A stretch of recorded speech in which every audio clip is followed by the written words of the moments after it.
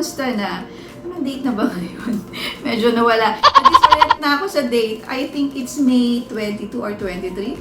Basta yun, it's May 22 or 23. Basta alam ko it's a Saturday today. And as promised, I'll try to upload new vlog every week. Ang target ko actually is twice a week. But hopefully, magawa ko yon. But anyway, as promised, meron akong new vlog today. And hopefully, ma-upload ko siya mamaya.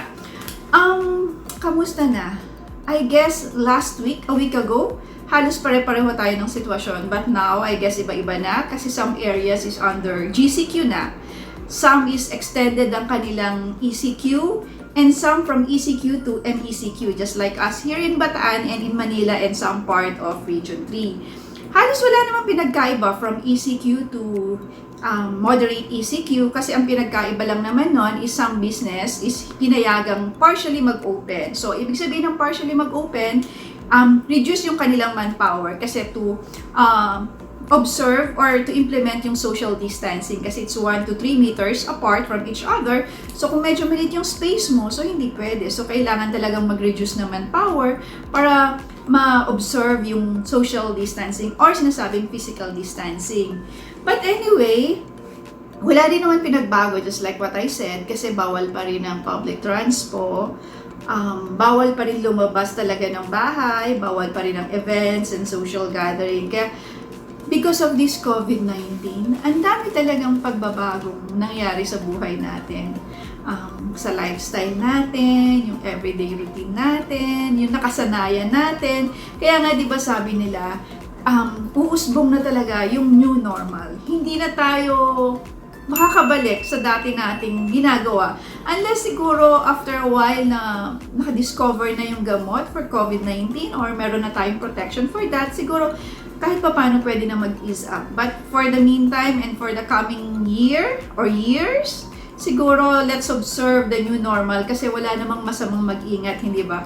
Mas masarap na, mas madali ang mag-ingat kesa makuha natin yung sakit at hindi tayo sure kung gagaling or makaka-recover tayo. So, part of the new normal is online shopping.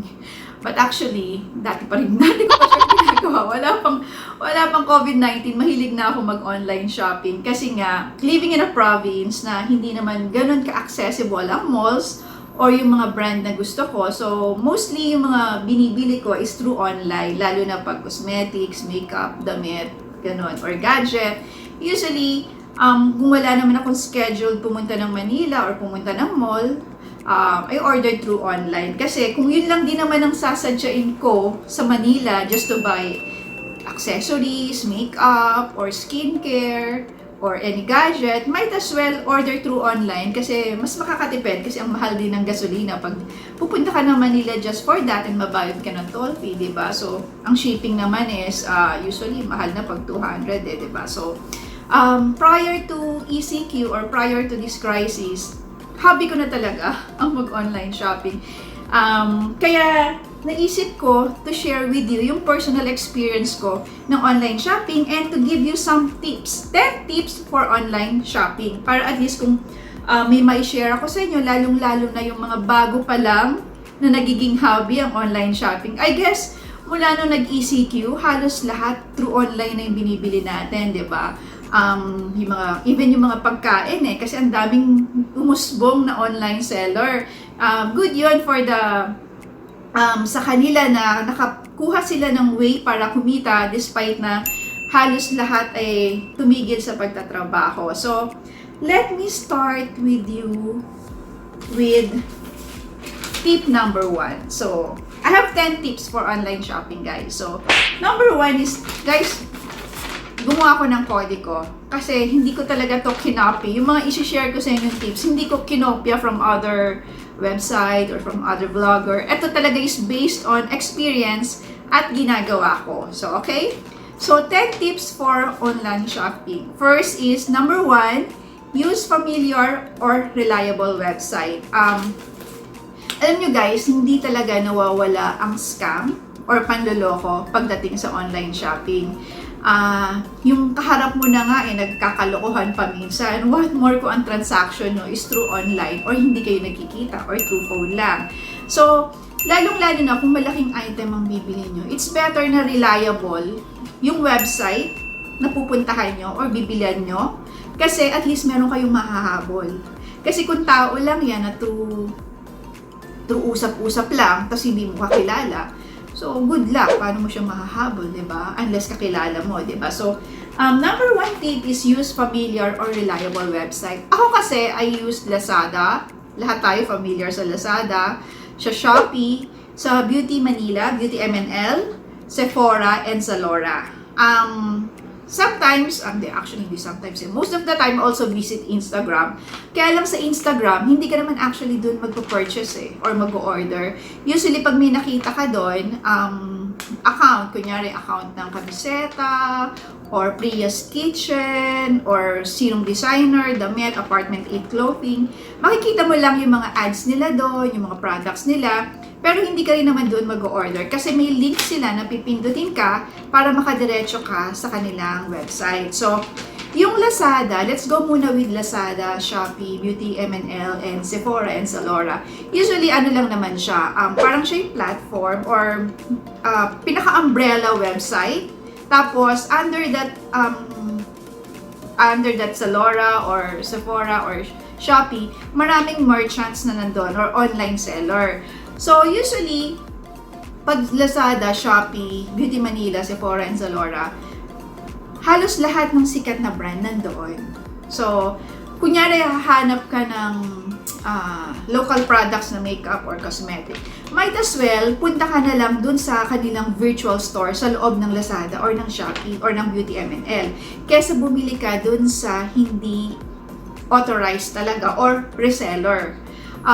Like ang L'Oreal. Ang L'Oreal, pag tinype mo sa Lazada, maraming lalabas. Merong yung official store ng L'Oreal nandoon. Meron ding mga individual online seller na they sell L'Oreal or any products. Hindi ko lang alam saan ang source nila. Baka probably sa ibang bansa, ini-import nila. Siguro mas mura nilang nabibili doon. Or siguro pag nagsisale yung brand na yun, nag-hoard sila so they can stock up. So, regardless, kung meron din naman available yung product na yon sa kanilang official store, mas maganda, advisable, na doon na lang kayo bumili sa official store. Kesa mag-risk kayo doon sa reseller na hindi naman talaga siya yung official for that product. Okay? So, yung mga local brands, you'll find their virtual store inside the Lazada, the Shopee. So, ang advice ko sa inyo, gano'n na lang. Punta na lang kayo doon na lang kayo mag-purchase. Kasi sigurado kayo na whatever nakikita nyo sa mall, yun yung mabibili nyo, hindi ba? Kasi hindi nyo alam, pag hindi official store, hindi nyo alam kung expired na ba, or authentic ba yung product na yun, di ba? Kasi hindi naman yun ang official store. So, if you're buying skincare, in fact, halos lahat mabibili mo sa mabibili mo sa Lazada and Shopee. For skincare and makeup, kasi yun ang madalas kong bilhin, go to Lazada or Shopee, but purchase from the official store. If Beauty Manila, okay din ang Beauty Manila and Sephora. Kaya lang, comparing Beauty Manila, Lazada and Shopee, mas mahal ng konti ang Beauty Manila. So, I guess, kung pareho lang naman ang product, kung saan kayo mas mura, kasi mas better yun, at least makakatipid kayo. Ang maganda lang kasi sa Beauty Manila, Beauty MNL, is minsan they offer free shipping. Kahit maliit lang or konti lang ipopurchase mo. Plus minsan may mga free goods sila. So at least nakakatuwa, di ba, na may mga freebies silang ibinibigay sa'yo plus free delivery or free shipping fee. So, for Sephora naman, usually bumibili ako sa Sephora yung mga imported na makeup and skincare. Kasi you can find it halos sa ibang merchant. Like, you can find it in Lazada and Shopee, but you're not sure if it's authentic, diba? So, kung mga imported na skincare and makeup, I go to Sephora and Beauty MNL. Medyo mas mahal. Actually, mas mahal talaga siya. Kaya lang, sure ka na lang na original or authentic yung binibili mo. Kasi twice or thrice na ako na biktima. I bought foundation na imported, Bobbi Brown, sa Shopee yata or Lazada. It's not the official store kasi it's imported. So, that time wala pang official store. sa Lazada or sa Shopee ang Bobbi Brown. I don't know kung meron na ngayon. But anyway, so bumili ako. Pagdating sa akin, medyo doubtful ako kasi sabi ko, bakit parang namumuo yung consistency ng foundation. Hindi ako sure kung fake siya or baka expired na siya. So, either way, hindi ko na rin siya ginamit. So, sayang lang, di ba? Kung hindi sana ako medyo nagkuripot at naniguro ko sa product na bibilin ko, so sana hindi na sayang. Sayang din yun. Kasi mas mura siya ng I think 500 pesos compared to Sephora. So sana nag-Sephora na lang ako. At least sure ako sa quality ng product na bibili ko. So, yun. So, Beauty Manila, Beauty MNL, and Sephora mas expensive compared sa Lazada and sa Shopee. Pag naman sa damit, I go to Instagram usually. Hindi pa ako nakakabili ng damit sa sa Shopee or sa Lazada. Usually sa Instagram, hanapin ko yung designer or yung brand na gusto ko, then may link naman, so doon na lang ako mo-order. Or minsan naman sa Zalora, kasi doon maraming brand din ng damit na pwede nyo pagpilian. Usually doon ako bumibili pag damit, kasi hindi ko masyadong trusted ang Zalora, ang Shopee or Lazada, kasi baka mabiktima ako ng expectation versus reality. Di ba? Mahirap kasing bumili ng damit actually, so might as well doon na lang sa trusted. And usually ang pagdamit, doon ako bumibili sa brand na alam ko na na-fit ko na at alam ko na yung mga sizes nila. Okay, so aside from the familiar website and reliable and familiar website, advisable din naman na bumili kayo sa mga local online seller nyo sa lugar. In that way, just in case magkaroon ka ng problema, alam mo kung sino kukontakin mo kasi magkakilala kayo, di ba? Ngayon sa Facebook, there's certain area doon na nakalagay marketplace. So doon, parang na siyang parang siyang business ads na. So, lahat doon ng what you're looking for, what you want to buy, anong gusto mong ibenta, halos nandoon na. And even kahit tumingin ka sa Facebook mo, marami kang friends na nagbebenta pala ng ganito or reseller pa ng ganitong item. Example, may in-order akong mask sa Shopee. Up to now, hindi pa dumadating. May in-order din akong mask sa Instagram, sa Apartment 8 Clothing via Instagram. Hindi pa rin dumadating kasi 1 month daw ang delivery. Yung in-order ko sa Shopee na mask, in-order ko siya, parang same quality ng ng Apartment 8 Clothing. Kaya lang, mas mura siya. Definitely, mas malayo ang kamurahan niya. Kasi, parang neoprene ang material. But I guess, mas makapal yun sa Apartment 8 Clothing. And syempre, may brand. But, umorder ako sa Shopee ng mga mask pang everyday, yung washable. Ganito siya. Parang ganito. I don't know if makikita nyo. Na-order ko siya sa Shopee ng 30 pesos each. Plus, shipping fee na 50 pesos. So, yon. But, kahapon, nung pumunta ako sa isang kamag-anak, may nagbebenta ng same quality. 3 for 100. So, sabi ko, ba't pa ako na-order sa Shopee? Meron naman pala within the area na nagbebenta. So, I guess before kayo tumingin or umorder sa ibang lugar, check nyo muna sa local online reseller nyo kung may available na ganong product. Doon na lang kayo umorder. Mas mabilis ang transaction kasi makukuha nyo na agad. You don't have to wait for the shipment. Kasi ngayon, medyo nagkakaproblema sa pagpapadala, di ba, through courier. Kasi reduce yung manpower, tapos may mga limitations din. So, katulad nga nung in-order ko na massager, 3 weeks ko nang hinihintay until na wala pa rin. Tapos yung in-order kong 2 mask, ang tagal na rin. So, wala pa rin. Tapos, may in-order din akong skincare. Sabi sa akin nung Monday, i-deliver. Up to now, Saturday, wala pa rin. So, if available naman siya sa local reseller within your area, doon na lang kayo bumili. Mas mabilis, baka nga mas mura pa kasi yung shipping fee, plus nakakatulong pa kayo sa kababayan nyo, hindi ba? So, and you get to check pa the quality bago nyo bilhin. So, yun. So, tip number 1, look for reliable and trusted website. So, katulad nga na sinabi ko, recap lang natin, Either you can use Lazada, Shopee, Beauty MNL, Sephora, Zalora, or you can browse through Instagram for the official website, and local retail online seller. I haven't tried Amazon, pero sabi nila mura. Actually, nag-try ako minsan. Gusto ko sanang bumili ng Nutribullet. Nag-try ako sa Amazon, nag-order ako. Wow, sabi ko mura. Parang $150 lang. Pero nung i-out ko na sa cart, babayaran ko na, nagulat ako. Ang mahal ng shipping fee kasi from America pa siya, plus yung tax pa. So, kung magkano yung item, parang ganun din yata ang babayaran mo for the shipping fee and for the tax. So, sabi ko, wag na. Mas makakamura ako pag magpapabili na lang ako kay nanay o sa kapatid ko. Di ba? Libre pa. Ayun. So, I haven't tried Amazon. And ano pa ba yung mga available? Yung Alibaba yata. I haven't tried it. Pero, let me know kung ano yung experience nyo sa mga ganong website. But ang importante, kahit bumibili kayo through online, using this familiar and reliable website, make sure na may physical store pa rin, ha? Kasi mas maganda pag may physical store. At least meron kang, alam mo na meron kang pupuntahan just in case may mali sa binili mo or mapapalitan. Yun. So, tip number 1, use familiar and reliable website. And as much as possible, kung meron naman available sa local online seller nyo, dun na lang para at least nakakatulong kayo sa inyong mga kababayan. Okay, we'll go to tip number 2.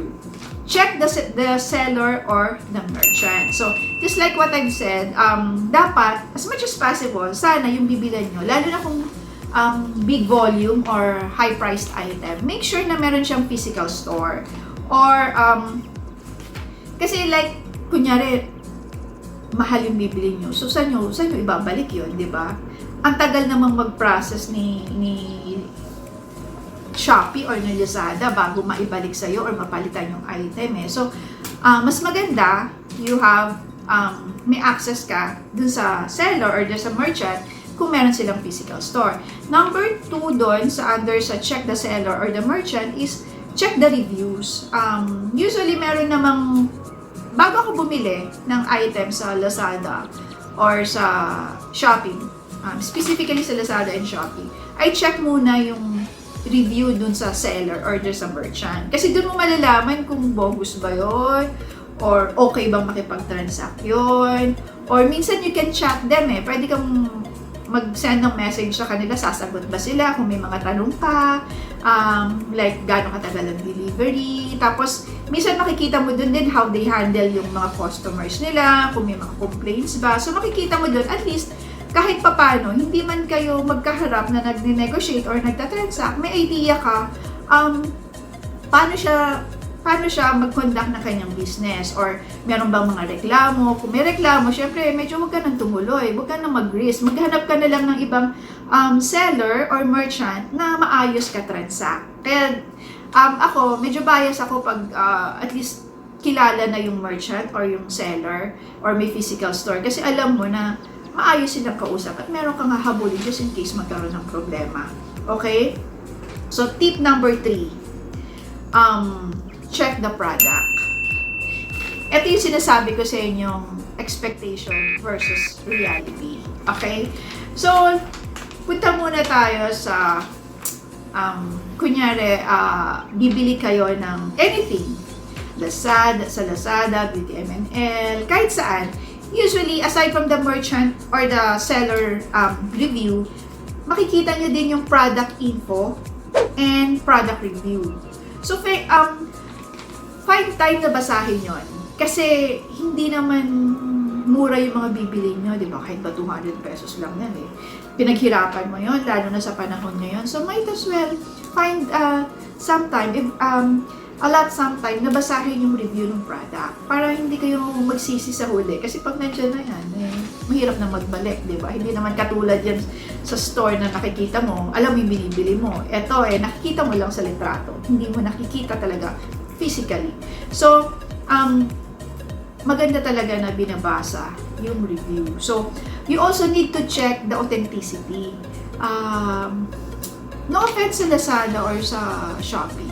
Maayos naman yun. Kaya lang, marami talagang online seller doon na they sell fake products or defective products. So, I guess, dapat talaga wise buyer tayo na nagbabasa tayo kung ano ba yung about that product. So, kasi meron talaga, like dati nakabili kami ng isang gadget, kulang-kulang.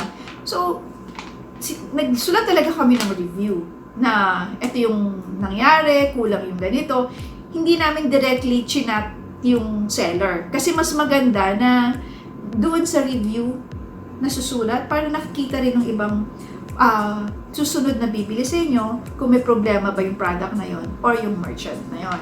So, yung authenticity, usually tinitingnan ko yan kasi nabiktima na nga ako sa makeup eh. So, usually skincare, tsaka mga makeup and mga gadgets, halos lahat. Pero kung alam mo naman na fake talaga yung binibili mo or fake ba tawag ba doon or copycat, dahil alam mo na kasi minsan alam naman talaga natin na fake yung item. Kasi sa presyo talaga. Ang layo talaga. Imagine, a foundation na worth 2,000, ibebenta na niya ng 700. Di ba kaduda-duda na yun? So, tayo mismo alam natin sa sarili natin na kung itong ba yung product na to, i-fake or hindi. Like, kunyari yung Adidas na t-shirt, mabibili mo ng 500 or 300 pesos. Eh, alam naman natin na almost 2,000 pesos ang isang Adidas shirt. So, sa atin, sa sarili natin, alam natin kung fake yung binibili natin or yung binibenta ng store na yan or hindi. So, tayo na yung mag-decide kung gusto pa rin natin yon, di ba? So, kung okay naman sa inyo yung copycat na product, so, okay lang. Kasi at least hindi ka niloloko nung store. Kasi alam mo, from the start, na ganun quality ang binibili mo. Iba kasi pag kunyari, prinesyohan niya yung isang fake items ng the same halos ng authentic, yun yung panloloko. Pero kung alam nyo naman sa isa't isa yung quality ng binibili mo, so I guess, wala namang masama doon kasi alam mo nga na ganun lang yung quality, di ba? So may consensus kayong dalawa sa binibili mong product. So, another thing is sa garments. Eto, hindi talaga ako bumibili ng damit pag hindi ko alam yung store or yung brand.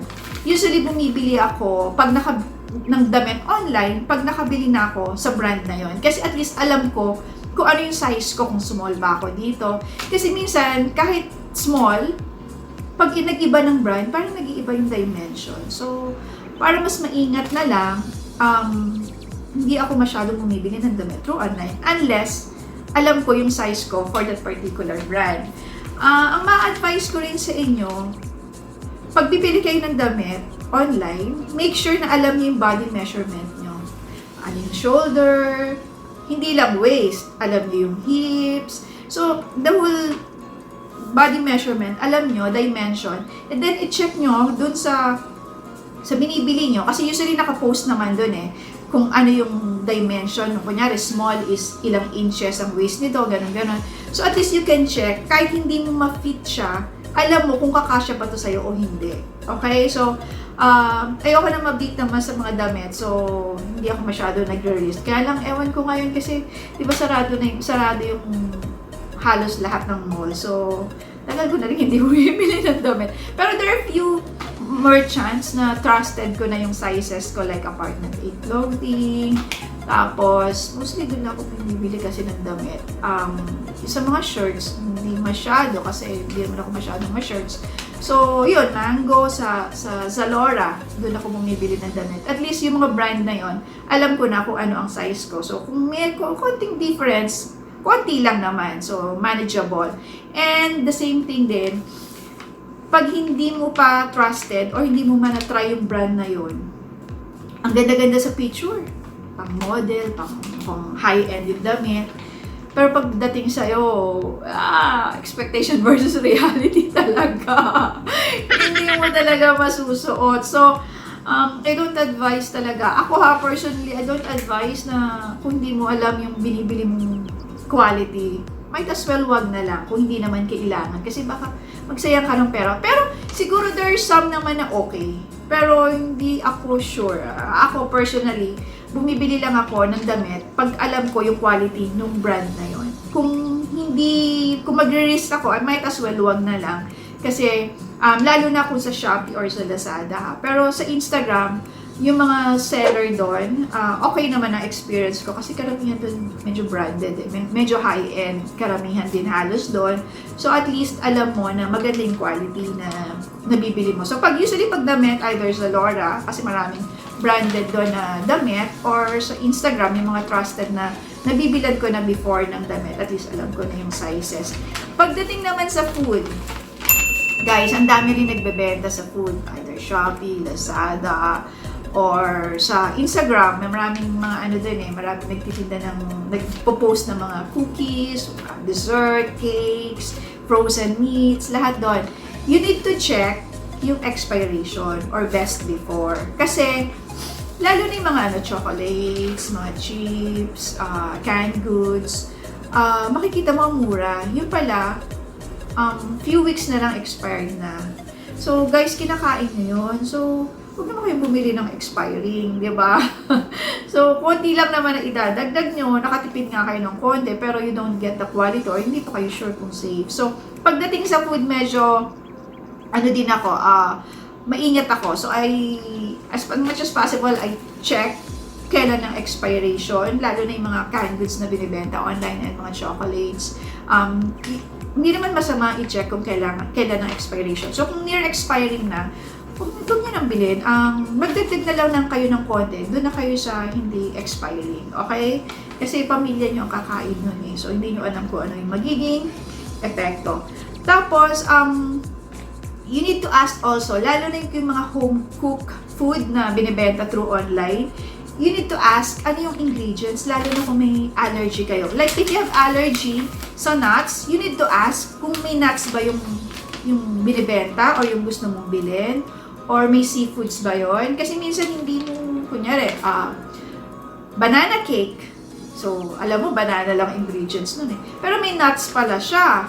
So, may allergy ka sa nuts. So, either makita mo yon, hindi mo nakakainin at sayang ang pera mo, diba? Or hindi mo makita na nasa loob yung nuts, makain mo, mag-attack yung allergy mo. So, mas better na pag food ang bibilin mo, you need to check, lalo na yung mga home cook or mga cooked food, processed food, you need to check din yung ingredients. Baka kasi may allergy component ka na nandoon. So, mas maganda nang nag-iingat. Hindi ka na tinamaan ng COVID at hospital ka naman dahil sa allergy mo. So, mas mabuti na yung nag-iingat. Lalong-lalo na sa food. Okay, guys? So, eto, electronics and gadgets. Guys, mag-ingat tayo dito. Kasi, wala namang electronics or gadgets na mura, di ba? Ang mahal. Ang mahal ng mga electronics and gadgets.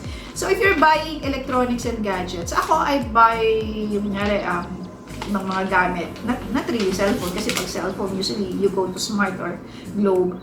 Sa Henry's Camera, ako bumibili. They have online store. At least sure ka na meron silang physical store at kilala talaga sila for the gadgets and electronics. Or, I guess, meron pa mga ibang mga sikat na electronic store na nag-o-offer na rin ng online selling. So, ang importante kasi sa mga electronics and gadgets is the warranty. So, kung sa tao nyo lang siya bibilin, or walang physical store, or reseller din ng ganong gadget, so, paano yung warranty nun, di ba? So, pag nasira siya, so goodbye na yung pera nyo, di ba? Sayang naman. Pero kung bibilin nyo sa official distributor ng product na yon, at least pag nasira or nagkaroon ng problema or defective, pwede mong ibalik. Kasi may warranty yon and they will honor that. So, ako, I've tried Henry's Camera. Supposedly, dapat may binili kaming camera, may in-order kaming camera. Kaya alam, hindi pa sila nag-deliver.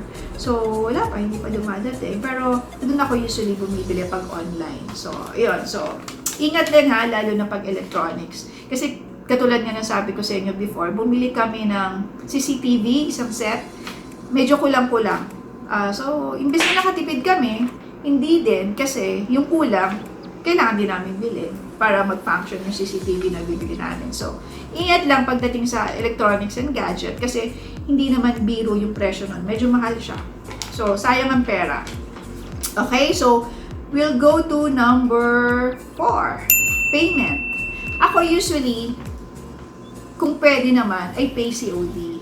Kasi ayokong nagbabayad nang wala pa sa akin yung product. Lalong na, pag bibili ka online at hindi mo kilala, ang hirap kayong mag-refund pag nagkaroon ng problema. Diba? Mas madali yung, bayaran mo na lang pag nandyan. Wala pang hassle. You don't need to go to the bank or to the remittance center.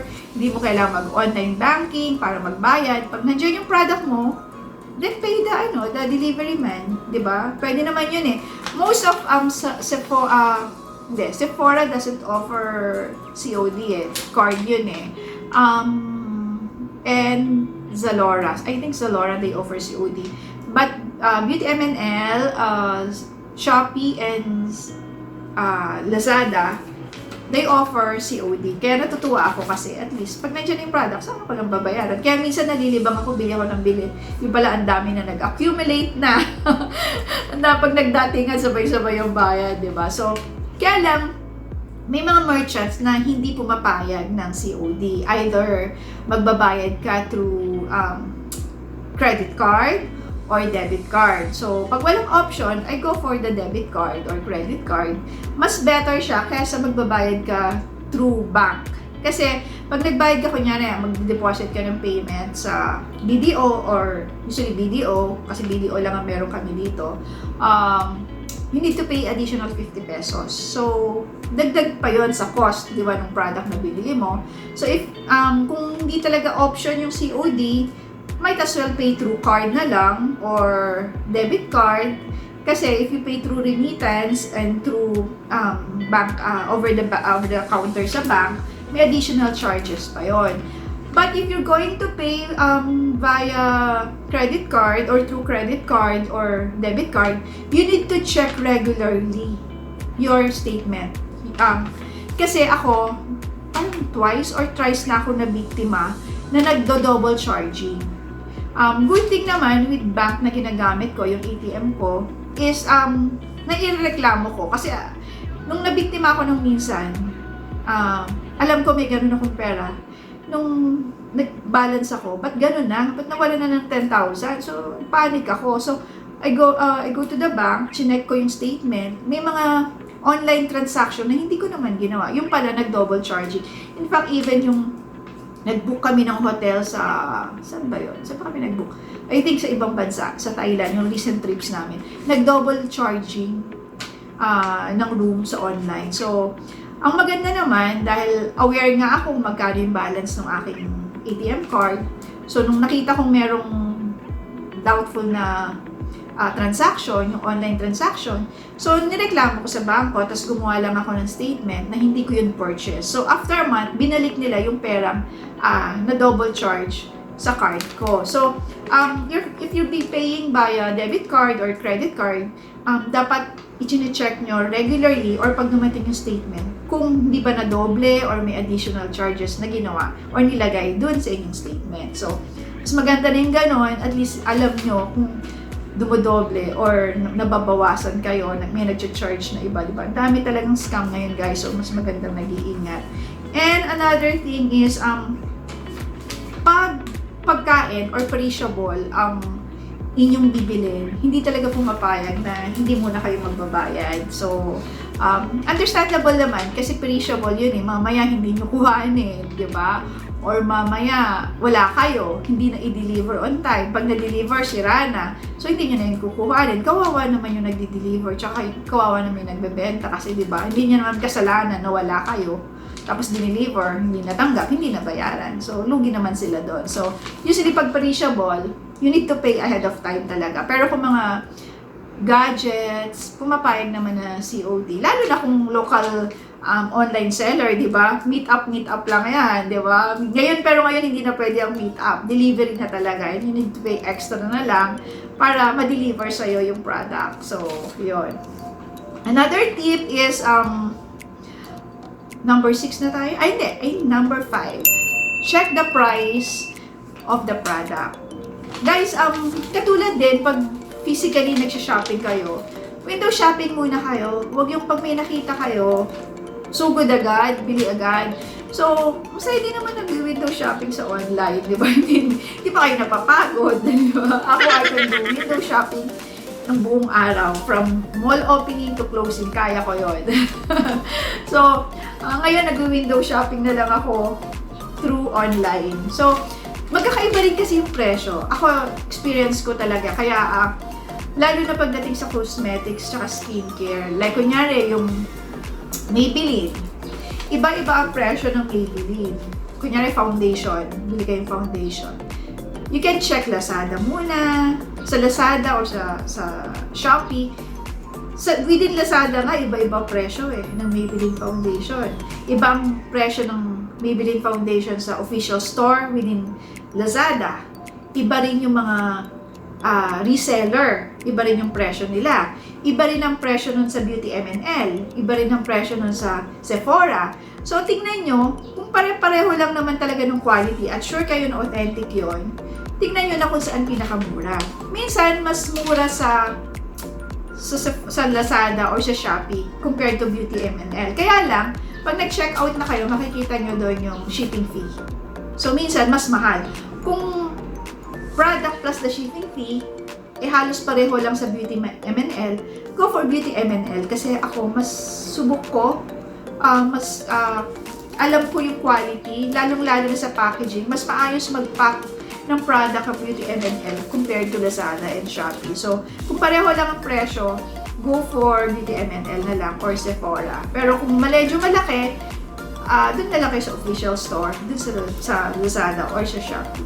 Okay, so, find time to compare prices. Kasi, katulad nga ng sabi ko, hindi naman madali na ang pera ngayon, di ba? Lalong-lalo na sa crisis na pinagdadaanan natin. So, kung makakasave kayo, tapos kung may makakakuha kayo ng freebies sa iba, tapos pareho lang ang presyo, might as well doon na sa may mga add-on, hindi ba? So, wala naman masyadong effort kung magko-compare ka ng prices in just a few minutes lang naman, kasi hindi naman physically maglalakad or go to another place from another place. Lahat naman through online yun ang titingnan. So, do virtual window shopping muna before you purchase the product or before you click that buy it now. Okay? So, that's tip number 5. Check the price and compare prices. Okay? So, number 6. What's our number 6? Malabong mata ko actually, guys. Kaya nahihirapan ako magbasa. Open the product before receiving. Eto, minsan hindi lahat ng product na bubuksan ko, lalo na pag wala ako. Kasi, minsan pag alam ko may magdi-deliver at aalis ako, iniiwan ko yung pera. At, kasi ayoko naman na pabalik-balik yung delivery man. Diba? So, kasi usually every morning, kung may delivery ka, magte-text yan sa'yo So, bago ka umalis ng bahay, at least, alam mo na may magdi-deliver. So, kung hindi ako ang makaka-receive, usually, hindi nila ino-open. So, pero pag ako ang makaka-receive at medyo mahal yung binili ko na yon, ay situlit na yung open talaga. Kasi para kung alam ko kumpleto, hindi ba siya nabasag, para kung sakaling may problema, hindi ko na siya i-receive, di ba? So, mahirap kasi pag nasa iyo na, tapos binuksan mo, defective pala, basag pala, so wala ka na, saan mo i-reklamo? Punta ka Manila, di ba? So, hassle naman yun. So, makapaghintay naman mabilis naman mag-open basta make sure na may ready kang pang-open and ma-open mo yun. Ang problema lang ngayon, ako kasi ngayon ang ginagawa ko, pero sabi naman ng mga courier, bago nila i-deliver sa'yo yung product mo, yung package mo, dinidisinfect muna nila. Pero dito sa bahay, pag mayroong delivery, kung hindi rin naman perishable, hinahayaan, ino-open namin siya, tapos hinahayaan muna namin siya sa isang area. Tapos, sinisprayan ko muna siya ng ganito. So, kunyari, eto, ganyan. Spray. Diba? Tapos, hayaan ko lang ng 1 to 2 days. Tapos, saka ko na lang siya yung open. Kung hindi naman ako excited. Minsan kasi excited ako. Binubuksan ko na after kong sprayan after few minutes. Pero, pag perishable, of course, hindi pwede. Kailangan mo nila ibuksan agad at ilagay sa ref kasi baka matunaw, masira, or whatever. So, yun. So, bakit kailangan talagang buksan? Para at least sure ka na yung binayaran mo, yun yung product na makukuha mo. Katulad nga, hindi mo siya pwedeng makompare kasi sa physical store talaga na nag-shopping ka na nakita mo yung product, di ba? So, yun guys. So, mas mabuti na i-open yung product before receiving para at least kung may problema, hindi mo na i-receive yung product. Hindi na hassle na magre-refund ka pa o magre-reklamo. Kasi from there na, alam mo na okay na receive mong product or defective pa. So from there, alam mo na kung i-receive mo or hindi. So you need to open the product and disinfect. So that's tip number 6. Okay, we'll go to tip number 7. 7 is be able to spot fraud. Ibig sabihin nito, if it's good to be true yung offer, medyo mag-isip na kayo. Okay? Like kunyari yung cellphone, kunyari iPhone, ang original price na is kunyari 20,000. Tapos binibenta lang sa online ng 5,000 or less than 10,000. So, medyo doubtful yon. Either hindi siya totoo, defective, may factory defect, or baka nakaw. So, if it's good to be true, might as well wag na lang. Unless trusted mo talaga siguro yon. Pero, mahirap mag-risk, lalo na kung may big money na involved. Kasi syempre, mahirap din mang kumita ngayon. So, sayang yung pera nyo.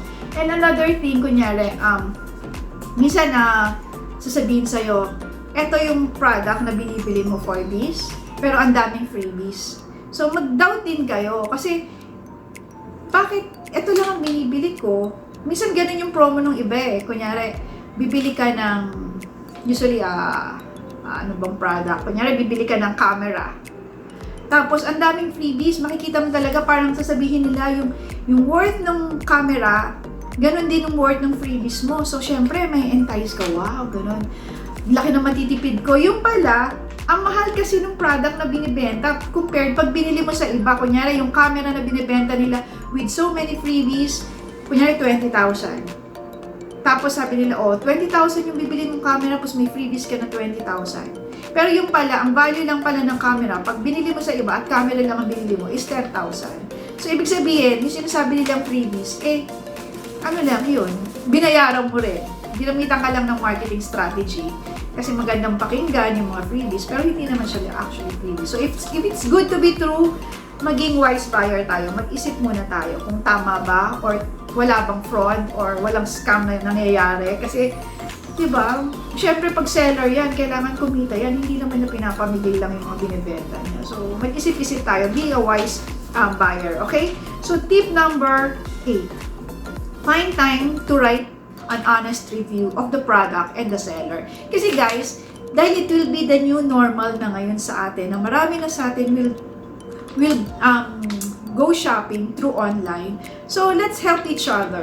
Let's help the community of online shopper. Write an honest review of the product and of the merchant or the seller. Kung may problema talaga, kung defective talaga yung dinideliver nila, o hindi sila magandang mag-pack ng items, pagdating sa'yo sabog-sabog, or hindi kung ano yung binibili mo na naka-picture doon, hindi yun talaga ang dinideliver sa'yo. Yung expectation versus reality. Write a review. Para at least makita rin ng mga bibili kung ano yung na-experience mo, regardless good siya or bad.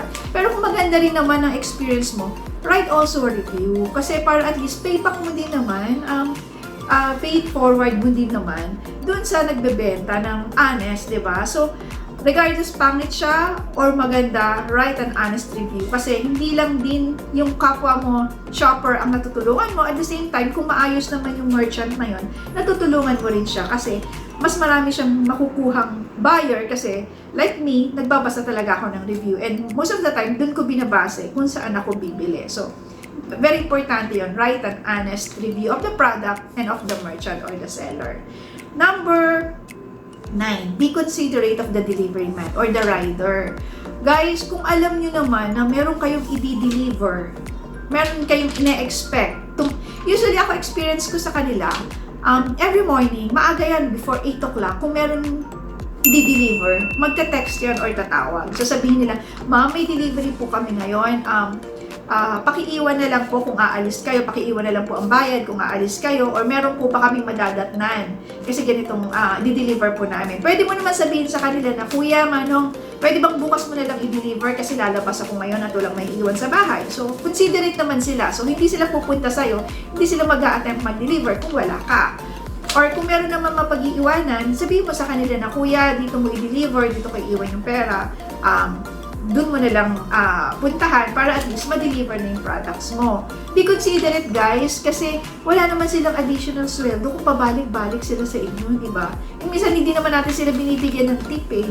So be considerate na kung wala talaga kayo at alam nyo may delivery, sabihin nyo naman na sa ibang araw na lang kasi pwede naman. Or kung alam nyo may delivery, make sure na may magre-receive, lalo na kung babayaran. Sana kung bayad na yan, di ba? Walang problema. Pero kung may babayaran, hindi talaga nila iiwan yung product. And usually, ang nangyayari dyan, ako, pag alam kong may in-order ako, you can track it sa, dapat guys, meron kayong app ng mga website na pang-online shopping sa inyong phone, like the Sephora, Shopee, Lazada. Kasi from there, matatrack nyo yung product nyo eh, kung nasaan na siya. Kung for delivery na ba siya, or nasa Manila pa siya, inbound na ba siya, outbound na ba siya, or whatever. Kung i-deliver na ba siya today. Aside from that, nag-i-email din sila. Aside from the text, the call, the email, and dun sa app na monitoring. So, malalaman mo talaga in 1 to 2 days kung darating na yung products mo. Okay, ngayon lang talaga very erratic, very unpredictable lang talaga ngayon kasi medyo may mga problema yung mga courier kaya hindi mo talaga alam kailan ang delivery. Pero regardless, tumatawag naman sila kung may deliver sila for that day. So be considerate guys kasi kawawa rin naman sila. Imagine nyo, 8 to 5 nasa arawan sila. So tapos ang layo-layo pa ng bahay nyo, tapos pagdating wala pala. So, ilang beses kayong pupuntahan para ma-deliver yung products, di ba? Kasi alam ko pag hindi kasi na successfully na-deliver at binalik yung item, hindi sila babayaran. So, kawawa din naman, guys. So, be considerate of the rider. Then, number 10, last na, guys. Don't be an impulsive buyer. Buy what only you need. Lalo na ngayon, guys, sa panahon ngayon na hindi natin alam ano ang mangyayari, hanggang kailan tayo ganito. Bilhin lang natin kung anong kailangan natin. Huwag tayo maging impulsive buyer. Lalo na ako, actually, medyo tinatamaan ako dito eh. Kasi, papagalitan nga ako kasi gabi, minsan, every night, nagpo-browse ako sa mga app, mga online shopping app. Titingin ko ano yung pwede kong bilhin. And, guys, every other day, may nagdi-deliver dito. Pero, mostly naman yung binibili ko, kailangan ko naman talaga kasi hindi naman ako nakakapag-shopping. So, kaya lang talagang medyo naka-highlight ang dami kong binibili online ngayon kasi wala na nga akong binibili kung hindi sa online. So, usually binibili ko lang naman talaga skincare. Hindi naman ako ma-makeup eh. Hindi ako magasto sa makeup. Skincare, mahilig ako sa skincare. Damit hindi rin naman. So, mostly skincare lang talaga, tsaka few mga necessities ng isang babae. Yun lang naman talaga yung binibili ko. So, don't be an impulsive buyer, guys. So, magtipid tayo. Kung hindi rin naman kailangan, hindi lang isang beses, tanungin natin ang sarili natin na, kailangan ba natin to?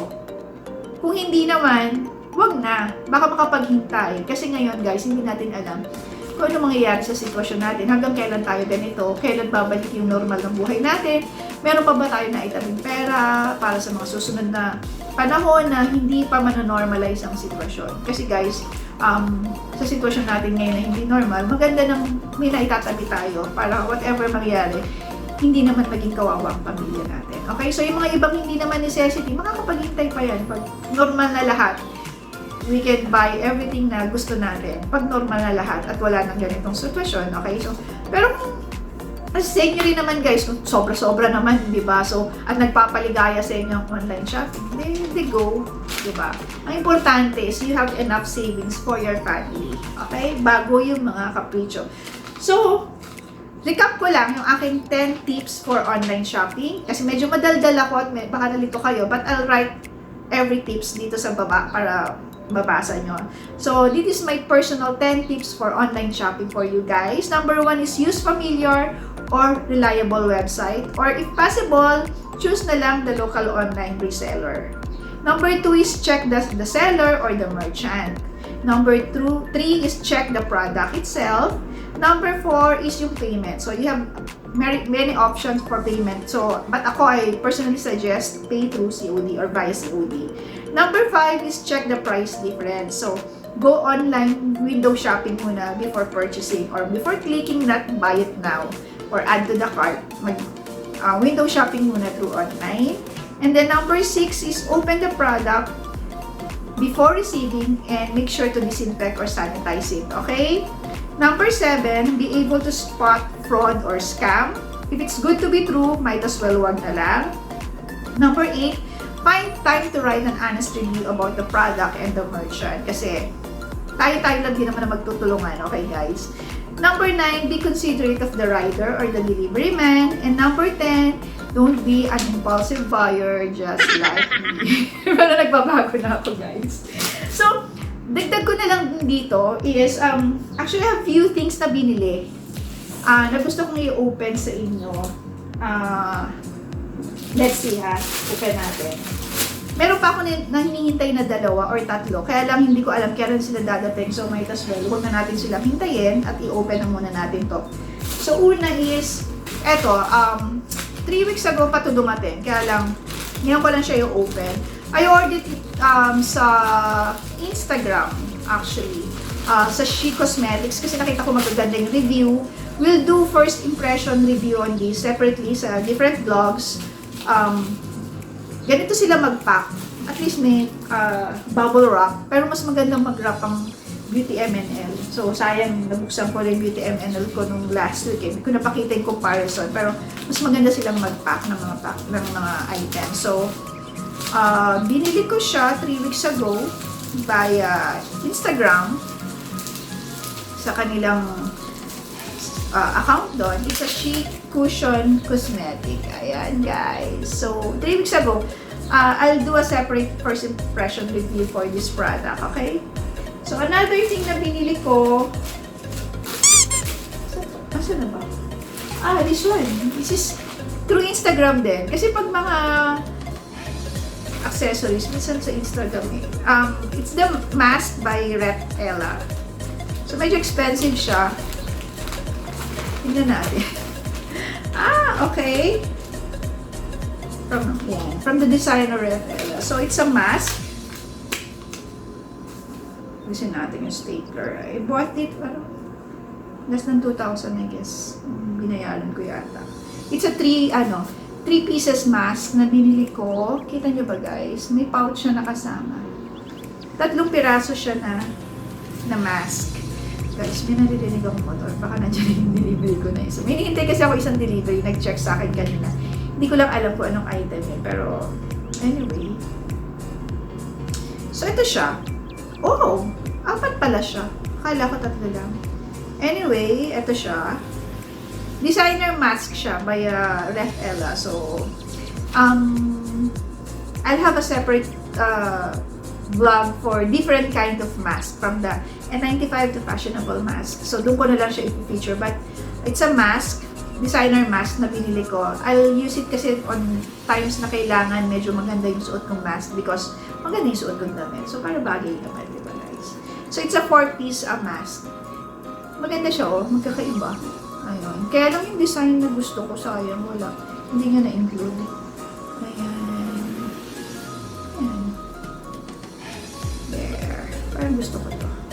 Ganda ba siya? Let's see. Tingnan natin.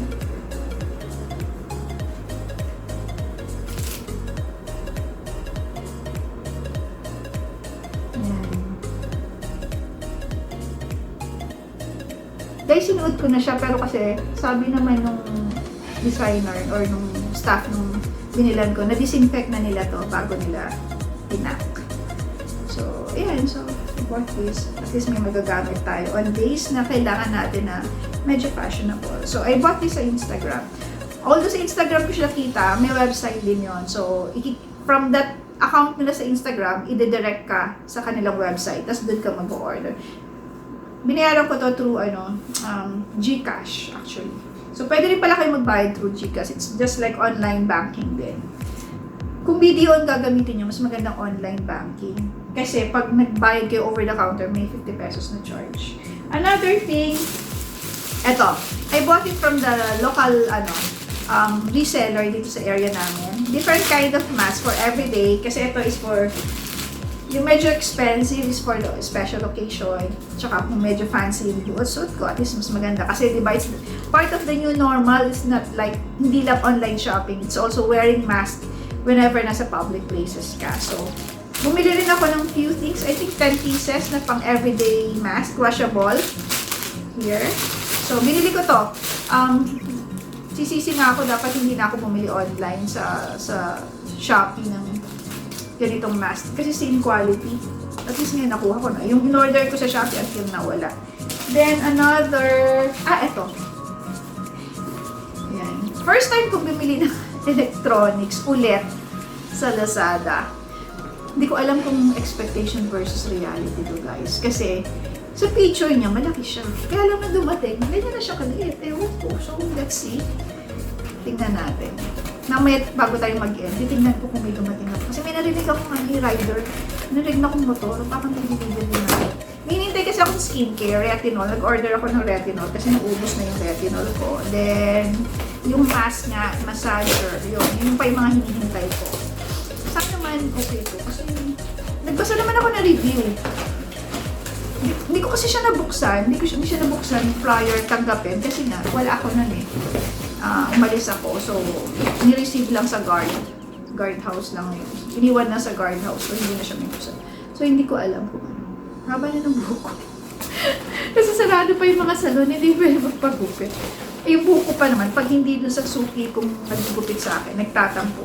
Hindi siya mahaba. So, kaya siya nakatali eh. Kasi hindi na pantay yung buhok. So, let's see. Sana hindi ako expectation versus reality dito, guys. Ano to, guys, eh? Ring light.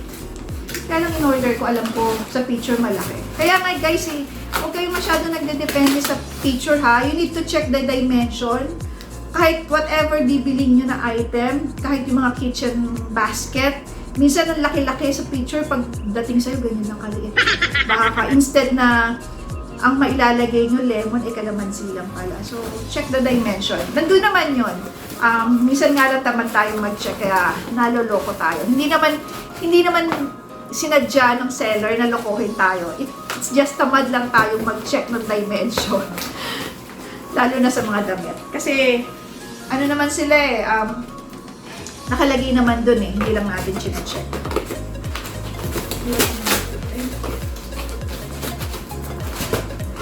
So, gagawa sana ako ng separate review list. Kaya lang, hindi mo magaling mag-review ng mga gadgets. So, unboxing na lang, okay? Makeup and skincare lang ang review natin. Hindi tayo pang gadgets, guys. So, ayun mo to. Sana nandiyan yung delivery. Kasi paubos na yung retinol ko. Wala na akong ginagamit. Ayun. Maliit lang siya. Akala ko at least mga ganun. Ang table. Sila, mura lang naman. 1,300 something ko yata siya nabili. So, I don't know kung okay siya. Ano ba laman?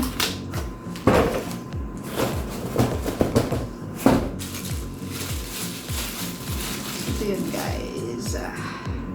Tripod. So, dito siya ilalagay. First time kong gumamit ng ganito. So, kailangan pala ito, papatong mo lang talaga. Expectation versus reality ba ako dito? Bakit ganito? Wait lang ha. Huwag tayong judgmental agad.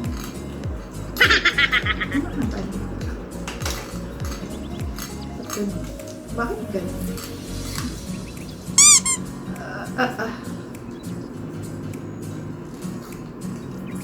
Diyan na lang siya. Ano ba yun? Ang liit. Talaga ba? Ganito lang ba ito talaga kaliit? Akala ko pa naman.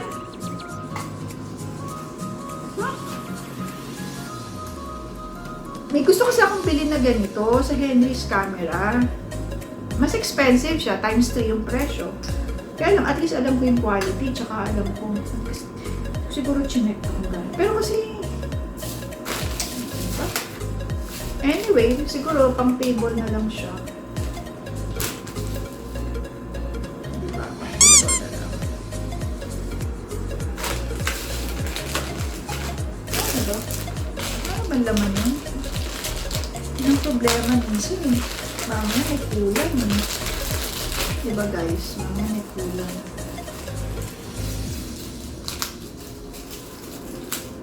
ngayon. Tingnan natin guys, ha?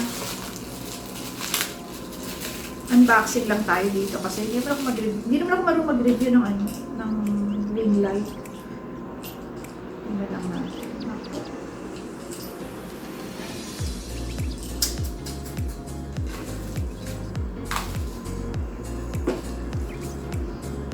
Ayun. So, paano ko siya ikakabit doon?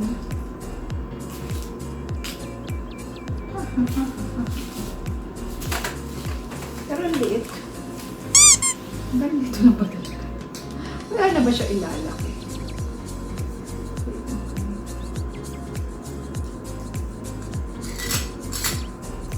Ganun talaga. Kasi niliit ko lang siya guys. Tapos ito.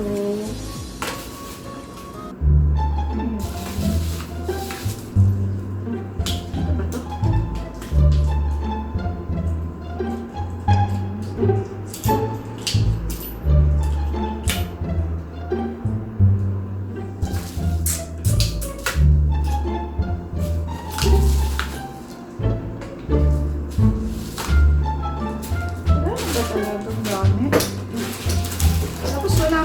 Instruction. Para may kabit. Ang problema guys, pag ganito. Wala bang instruction? Hindi na pa naman yung sa ganito.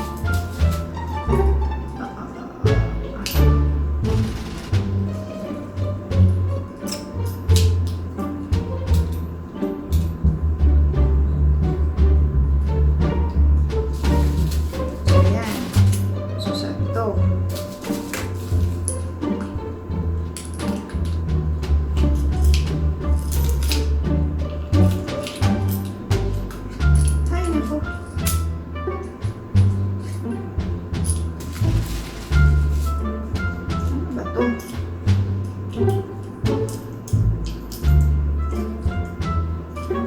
Guys, hindi ko alam. Kasi may ganyan siyang dalawa. Tapos ito. Tapos ito. Gawin ng instruction. Yun nga, isang sabi ko sa inyo, di ba? So, papagawa na lang tayo. Ito kasi yun. Pili ko ito yun. Yung kinakabit dito.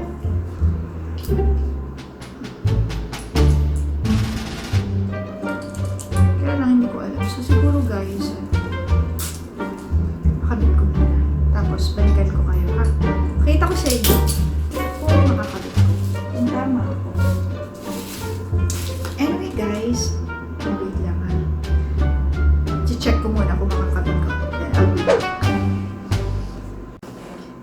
Guys, na-figure out ko na. After 15 minutes, may inaalis pala na takip. So, yan. Ikot lang natin. Dali lang naman pala. Medyo nagpanic lang ako. Kaya lang nag-frustrate ako kasi expected ko medyo professional siyang tignan ng konti. Alakala ako malaki. So,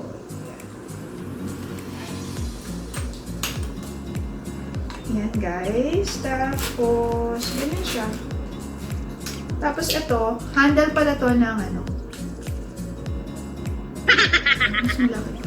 Mas malaki ng... Mas malaki pa mukha ko.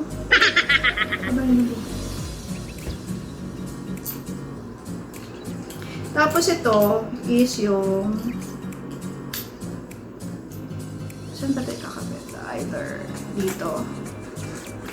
Parang ikakabit siya dito. Ganyan guys. Or ganyan.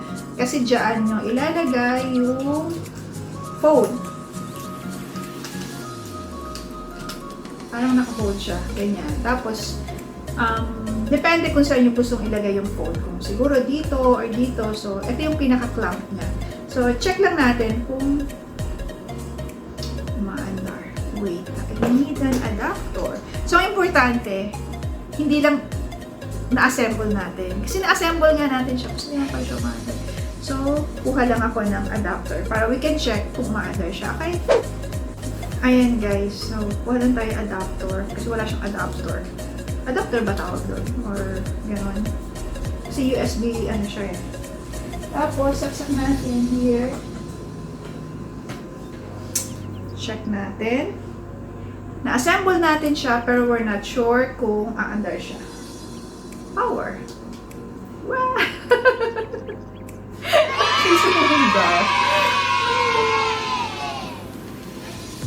Ikagaganda ko kaya ito, guys. Pero anyway, pag-aalalan ko paano siya gamitin. So, tingnan natin, ha? Pero ang baba. So, i-line natin yung konti. Para naman akong lumut, ano yun? Parang umano sa ano. Ayan. So, tingnan natin. Ayan. Okay. Kaya lang, sa bagay, mura lang naman 1,300 compared sa gusto kong bilhin na 6,000. Kaya lang liit, no? Pwede na rin. Ayan. At least gumagana. Ano yung isa? Ano yung isang button?